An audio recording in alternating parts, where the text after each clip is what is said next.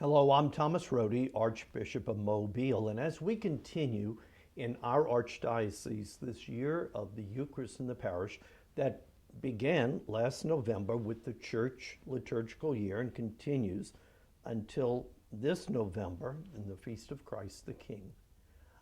It's really a joy for me to announce that the dispensation from attending Mass, which I issued last March when the pandemic was intensifying, is now coming to a close, which means we're called to come back to Mass. There was a time during the pandemic where many people felt it was not safe to come to church, and with reason.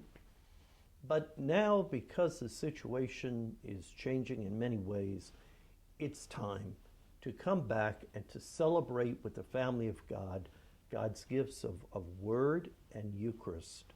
Of course, anyone who can't make it to church, who physically is unable to attend, or anyone who feels that it's a danger to their health to attend Mass, or anyone who's caring for someone who would be endangered by coming to Mass, those people are still excused from attending Mass. But I would hope that people would not look upon the attendance as Mass as being an obligation as much as wanting to be at Mass. I mean, is it an obligation? Yes. And who created this obligation? God. In the Ten Commandments, the third commandment, God says to Moses, remember, keep holy the Sabbath. God gives us the obligation of worshiping him, not because God needs our worship. He doesn't need our praise. So why would God in his love and mercy command us to gather and worship him? Because it's good for us.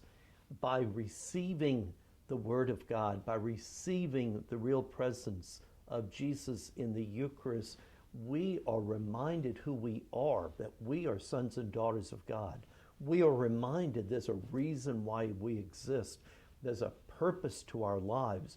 We are created to enter into a relationship with God here that lasts into all of eternity. We are reminded of our dignity, and we are strengthened then to go out and live our faith. We need the attendance at Mass. God doesn't need our praise, but he knows us better than we know ourselves and knows that we need to gather, to keep holy the Lord's day and to worship him. And so the dispensation now is coming to a close, and I invite all to come back and be a part of the family of God as we are strengthened in faith in our praise of God. May God bless you.